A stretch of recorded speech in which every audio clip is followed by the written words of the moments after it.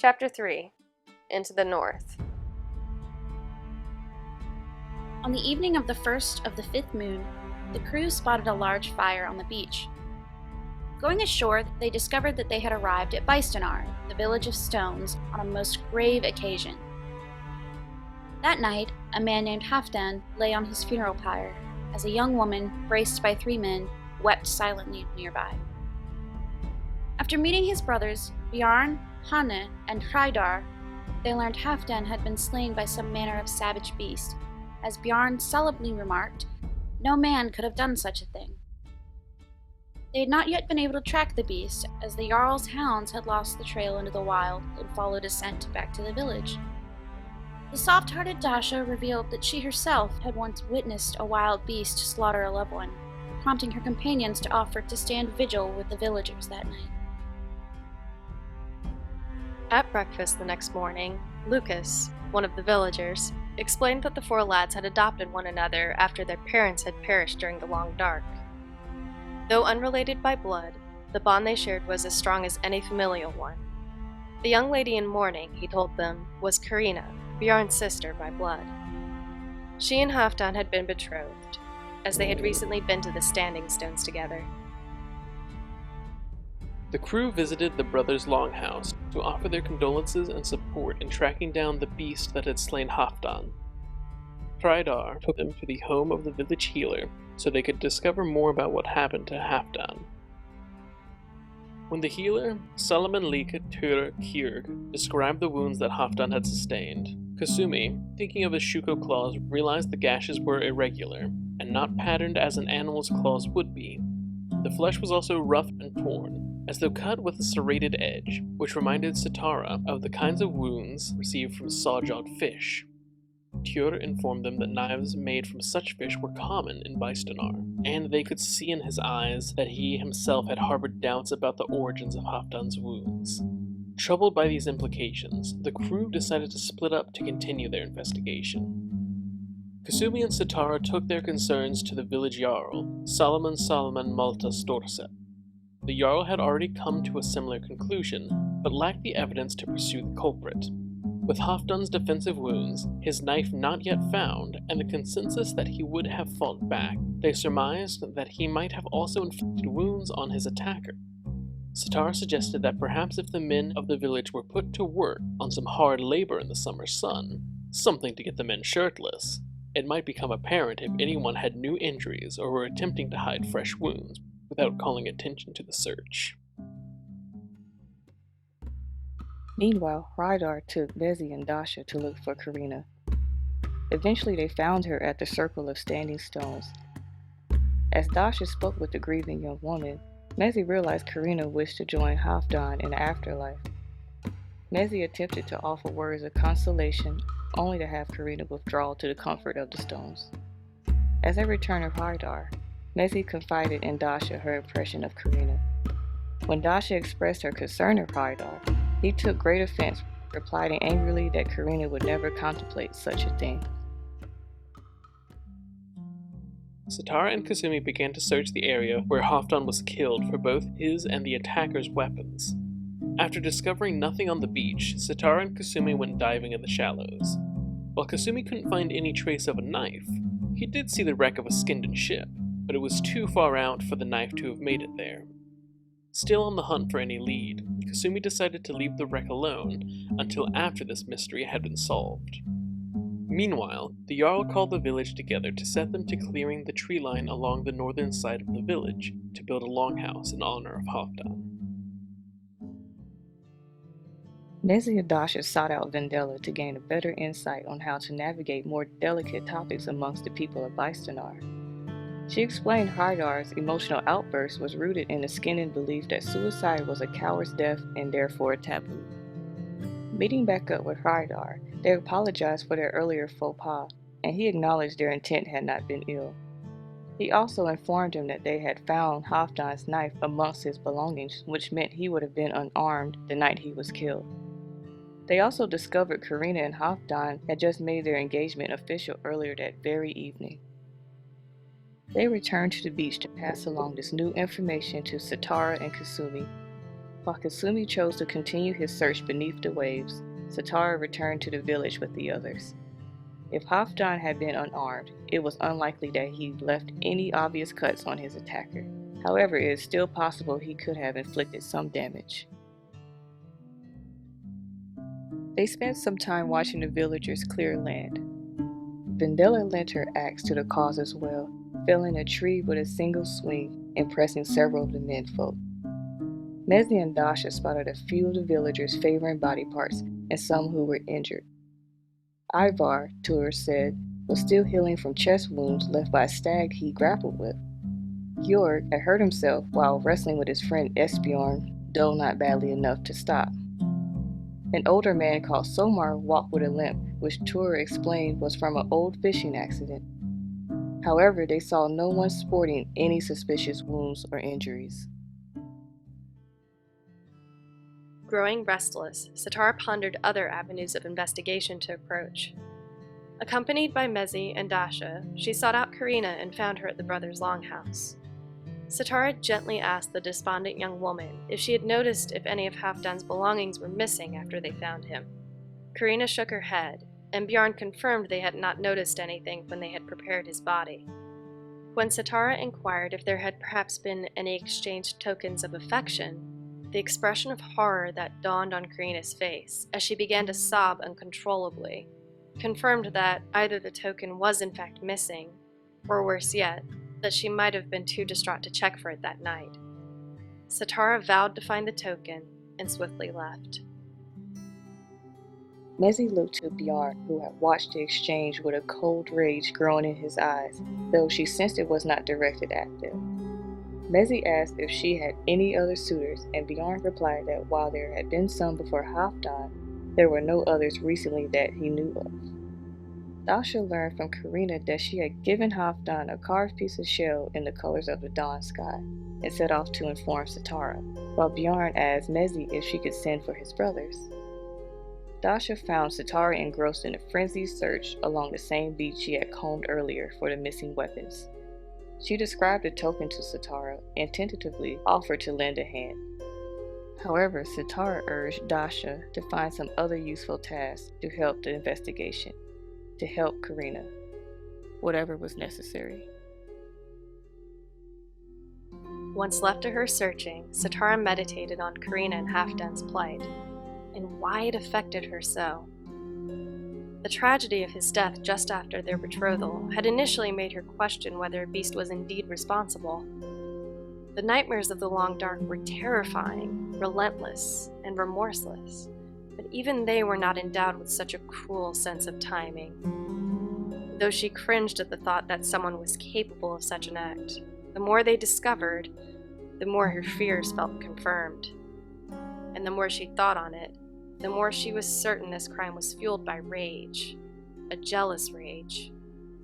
Someone's hopes had been dashed by their betrothal, perhaps a suitor who had been rejected.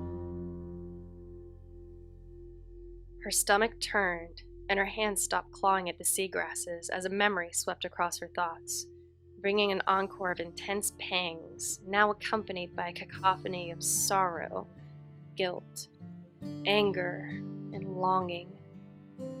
She sat and stared out at the receding tide, the waves rushing in, before pulling further away. Finally, her hands clenched in the sand. No matter how her emotions took hold of her, she thought, she could never do anything to harm anyone she held dear. Whoever this person was, they had forever destroyed the happiness of the one they believed they loved. She had to find Karina's token if it had fallen, and if it had not, she would find whoever had taken it.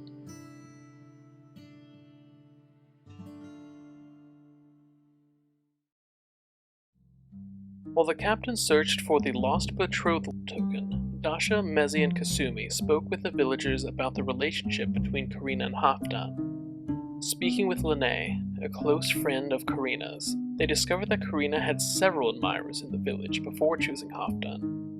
One of the suitors, Solberg Mats, seemed to have moved on, spending his time with another young woman, Nesmalin. Leany confessed that Karina had a secret admirer whose tokens she had discarded, deeming any man not confident enough to approach her openly to not be worth her time.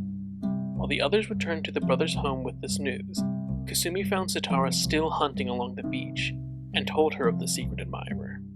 Sitara set off to the construction site with renewed vigor, determined to suss out the scorned admirer. Meanwhile, Karina described to the party one of the tokens she received, a spiral-shaped piece of wood with flowers sprouting from it. The brothers went to speak to the Jarl to see if he recognized it. Mezi and Dasha followed, running into Sitara and Tyr along the way. Tyr recalled having seen the token, admitting it had been harvested by a young woodsman named Arndt. As Dasha went to tell the Jarl, Sitara followed Tyr's gaze, making a swift line to this Arndt. She recalled the Storthurst's warning that accusations of crimes were taken very seriously and required evidence. Drawing one of her blades, in a smooth motion she cut some pouches from his belt, spilling their contents. But there was nothing but herbs and twisted roots, similar to what Tyr had described. Furious, Sitara demanded Karina's token, as Kasumi and Mezi caught up and attempted to address the situation calmly. Sitara challenged Arndt to reveal the contents of his person, while he denied any involvement with Karina or Halfdan. The Jarl and Halfdan's brothers having also arrived, the former charged her to explain the basis of her accusation. Knowing well the stakes, but firm in her conviction, Sitara imparted to the villagers the sequence of their discoveries and their conclusions drawn from them. At first, they seemed unwilling to believe it, but the more she revealed, the more uncertain they became. Sitara confirmed she suspected Arndt, but was stopped before she could finish searching him for Karina's token. Tyr urged Arndt to show them he had nothing to hide, to prove his innocence. Arndt turned out the last of his pouches and insisted they could search his home. Unconvinced, Sitara demanded he remove his bracers and boots, and she saw his hesitation. When the villagers pressed him, he complied, and she snatched away the bracers, running her fingers along the edges. There. She pulled something small from the fold of the cuff, a carved shell in the colors of the sunrise. Arndt began to claim he had found the token when Bjarn interrupted him with a knife to his throat, threatening to cut his head off. Sitara urged them that the worst punishment any of them could inflict would be to force him to explain himself to the woman he claimed to love. Appearing from the crowd, Karina approached him and simply asked, "Why?" Arndt claimed that he truly loved Karina and that he would have been better for Karina than Halfdan. Jarl Malta stepped forward, condemning Arndt for the murder of Halfdan. As Malta moved to take control of him, Arndt made a grab for Bjarn's lowered knife and earned a blow for his trouble. As Bjarn led Karina away, the villagers, many taking up rocks or sticks, began to close in, surrounding him.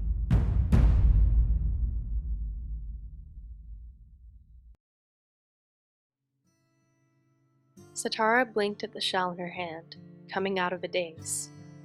Arndt was gone. When she realized Karina was no longer in sight, she rushed to the brothers' longhouse.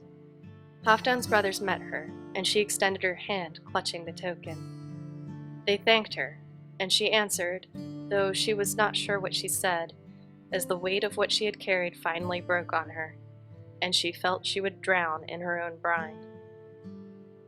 She wept for Tyr, who could not believe that one of his own would be capable of the violence he had witnessed secondhand in preparing the body. She wept for Dasha's loss. She wept for Bjarn, Hanne, and Hreidar, who had once more lost family, not to a creature of the dark, but to a mere pathetic man.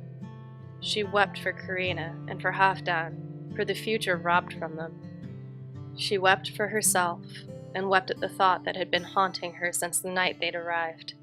She even had a tear to spare for Arndt, who, detestable though he was, had not worked up the courage to confess his feelings.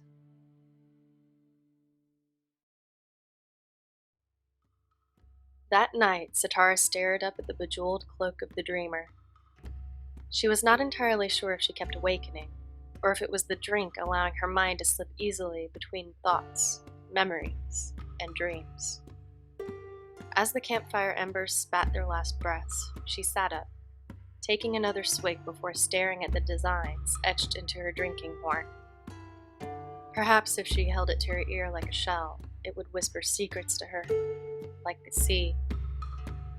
She chuckled softly to herself and rose. Her feet carried her down the beach, toes sinking into the cool, coarse sand, the ever-present sound of the surf keeping the night's rhythm, until she almost stumbled into one of the standing stones. Sitara stared up at them, their forms aglitter in the soft moonlight, their great shadows cast along the ground. This place thrummed with the dream, and she closed her eyes, swaying with it. When she opened them, she found herself at the center of the looming circle. Somehow, she felt closer to those who weighed on her mind. She spoke with them at length, conversed about a great many things, and ruminated on even more, long after she had spent the last of her drink. By the time the crimson light of the jeweled traveler's lantern began to appear, she felt some small kernel of peace in her exhausted heart.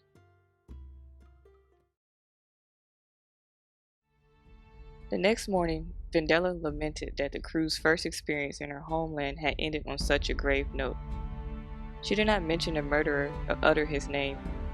For his crime, his judgment was not merely execution, but erasure. The villagers, after dumping his remains at sea for the carrion and elements to finish, would never speak of him again. After breakfast, the crew met with the Jarl. He gifted Sitara with an elaborate long knife, as a sign of the debt of the Solomon family. Pulling the knife from its beautifully crafted leather sheath, Sitara examined the weapon. A fine steel blade with an ivory hilt, carved with runes and wrapped in twisted wrought iron. The Jarl asked the crew if there was anything he could give them in payment. Goats! The rest of the crew turned to stare at Dasha, whose excited outburst had come before anyone had even a chance to consider, and now left them at a loss for what else to say. When Kasumi asked about the shipwreck, the Jarl was very diplomatic in his description of the possible contents of the ship. While he offered the crew any foreign items, the Jarl asked that the skin and artifacts be left with the wreck. Sitara stopped by the brothers' longhouse on the way back to speak with Karina, while the rest of the crew went ahead to prepare for their diving expedition. Though the forlorn Karina was grateful they had discovered the truth behind her beloved's death, there was not much Sitara could say to console her. Sitara shared that her father had disappeared during the long dark, and she believed it was better to discover what happened to a loved one than to never know. That, and she had her brothers, who cared for her very much. After wishing Karina well, Bjarn met Sitara outside and thanked her once more. She asked Bjarn if he could translate the script incorporated into the designs on her drinking horn, as her knowledge of the language was mostly limited to colorful expletives. After taking a look at it, he asked her if she had not been told what it read. When she confirmed she hadn't, he handed it back to her, explaining it was not for him to impart. She thanked him all the same and headed off toward the beach to meet the crew.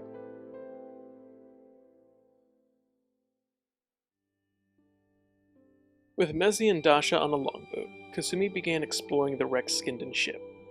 It appeared to have been heading toward shore when it went down, the prow of the ship breaking off as it came to rest on the sea floor. After a few dives and impressing Mezi and Dasha with his lung capacity, Kasumi found a chest in a compartment in the front of the ship. He brought it to the surface and was amazed by its contents. Silver coins, assorted gems and jewelry, including tiger's eye, banded gems, and a set of trade necklaces. Dasha found a platinum ring amongst some completely deteriorated documents. Upon examination, Akash realized it bore the symbol of the Imperial Lotus, marking it as the property of the Imperial family or of one of their retainers. Amazed by their find, the crew decided to continue diving. With Akash providing support, Sitara and Kasumi found a pouch of small personal trinkets tucked under one of the benches, as well as the remains of a shield outside of the wreck. Perplexed by a strangely clear path along the seafloor that seemed to lead from the wreck towards the open ocean, the crew honored the Jarl's wishes and left the trinkets and shield with the downed ship. Upon their return to Viz Leany, they found the ship in quite the commotion. In addition to 2 kegs of mead for the crew, the Jarl had apparently delivered on Dasha's request and brought them 4 goats. Imrus was desperately trying to fend off one who had taken an interest in his scarves, and Dasha set about to corral the creatures. While the 2 nannies seemed obedient enough, one of the billies possessed a firm conviction to devour the ropes coiled about the ship, and Imrus thus dubbed him Hedon, Destroyer of Ropes. It took a firm bop on the snout and a domineering stare from Kanuki to subdue the defiant goat. The crew realized it was gonna take some effort to train the goats for shipboard life. Mezi gave the other billy, who seemed rather intelligent, the name Akil, while Kanuki named one of the nannies Nami, or Wave, and Satara called the other nanny Gizi, meaning pledge. After bidding the village farewell, Viz Leany departed on the 3rd of the 5th moon, continuing their journey north.